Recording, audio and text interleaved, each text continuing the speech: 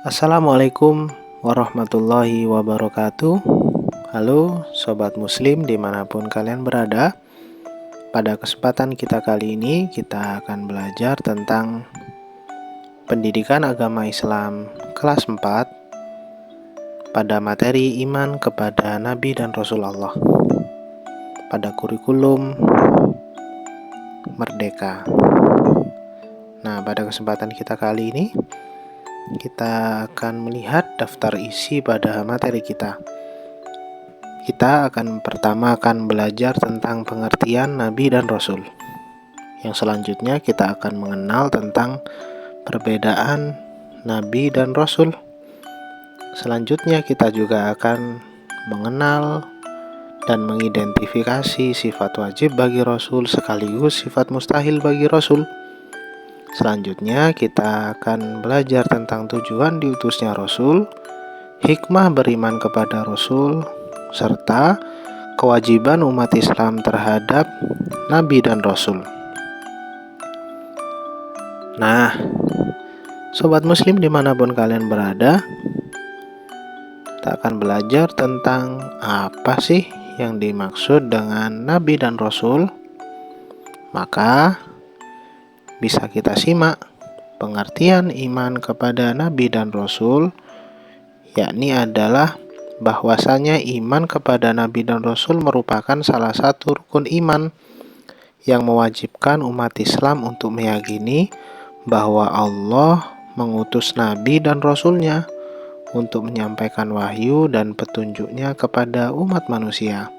Jadi, karena hal ini penting, yuk kita tahu perbedaan Nabi dan Rasul. Nabi adalah orang yang dipilih oleh Allah untuk menerima wahyu, tetapi berbeda dengan Rasul. Para nabi tidak menyampaikan wahyu terhadap umatnya. Sementara Rasul adalah nabi yang diperintah oleh Allah Ta'ala untuk menyampaikan wahyu dan mengajak umatnya untuk beriman kepada Allah. Jadi jelaskan bahwasanya Nabi dan Rasul memiliki perbedaan. Kalau Nabi belum tentu Rasul, kalau Rasul sudah pasti Nabi. Namun yang membedakannya adalah apakah dia punya kewajiban untuk menyampaikan umatnya atau tidak. Sobat Muslim dimanapun kalian berada, sifat selanjutnya, hal yang perlu kita pahami daripada materi Nabi dan Rasul, kita akan belajar mengidentifikasi dan mengenal tentang sifat wajib Rasul. Sifat yang pasti dimiliki oleh para Rasul. Yang pertama, para Rasul harus memiliki sifat shidik. Artinya, Rasul selalu jujur dalam hal apapun. Bisa kita simpulkan bahwasanya shidik berarti jujur. Sifat yang wajib dimiliki oleh para Rasul yang kedua adalah amanah. Maknanya adalah Rasul selalu menjaga amanah yang dititipkan kepadanya.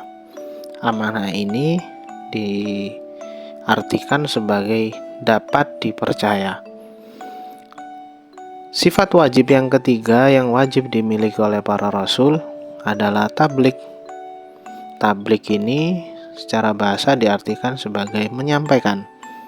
Rasul menyampaikan wahyu kepada umatnya. Dan sifat terakhir yang wajib dimiliki oleh para Rasul adalah fatonah.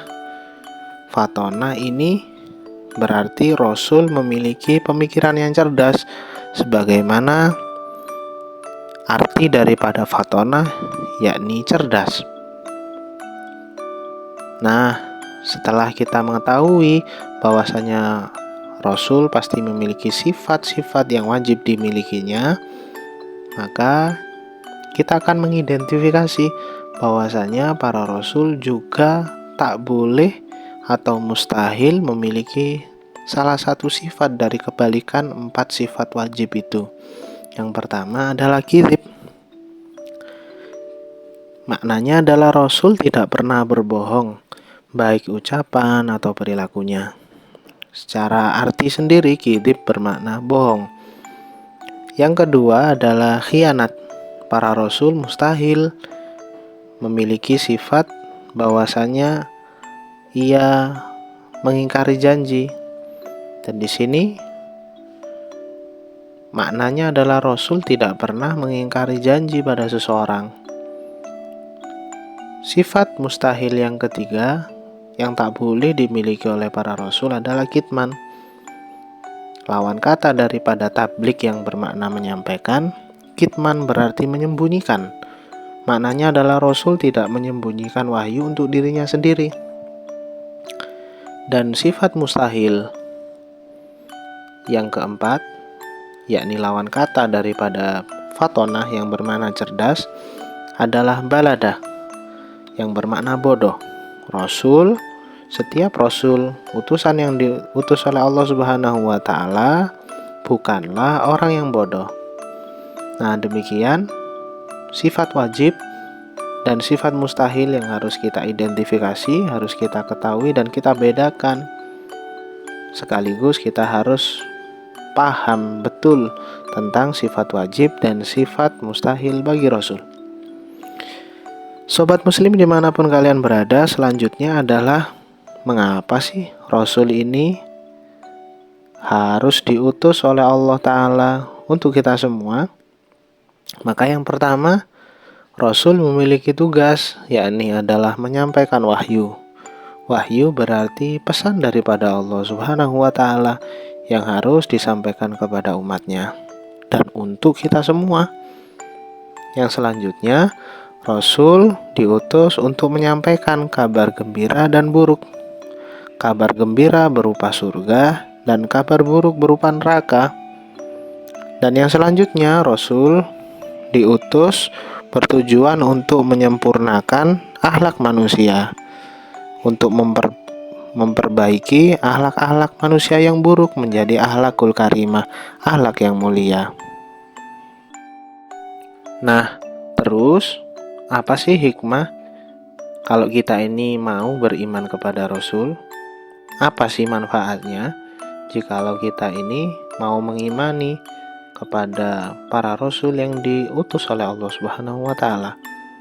Jawabannya yang pertama adalah meningkatkan iman dan takwa kita kepada Allah. Tentu hikmah beriman kepada rasul adalah meningkatkan iman, kepercayaan kita dan ketakwaan agar kita ini ingat selalu bahwasanya ajaran-ajaran yang diturunkan oleh Allah Subhanahu wa Ta'ala melalui para rasulnya adalah hal yang harus kita jalani dalam kehidupan sehari-hari. Yang selanjutnya adalah senantiasa berbuat baik kepada semua orang.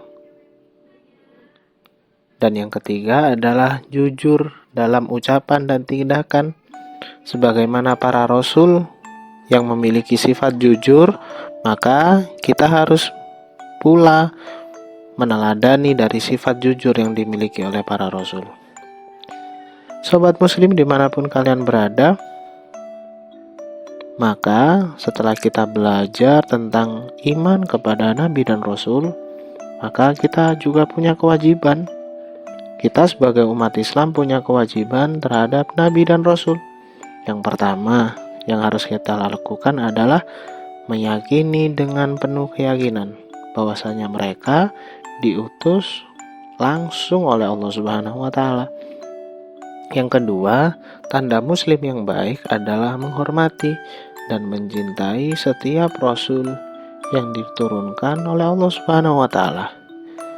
Yang ketiga adalah meneladani akhlak dan perilaku para rasul atau para utusan Allah Ta'ala.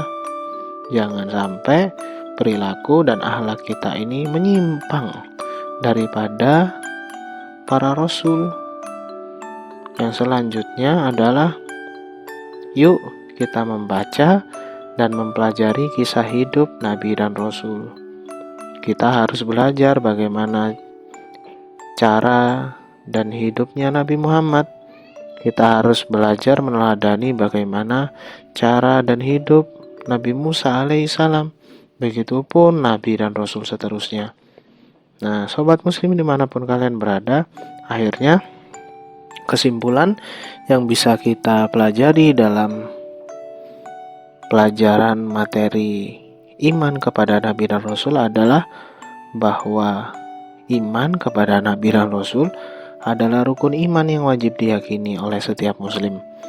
Mereka adalah utusan Allah yang menyampaikan wahyu dan menjadi teladan hidup yang baik. Sebagai umat Islam, kita wajib mencintai, menghormati, dan meladani mereka dalam kehidupan sehari-hari. Kiranya itu materi kita pada kesempatan kita kali ini. Semoga menjadi ilmu yang bermanfaat bagi kita semua. Terima kasih. Wassalamualaikum warahmatullahi wabarakatuh.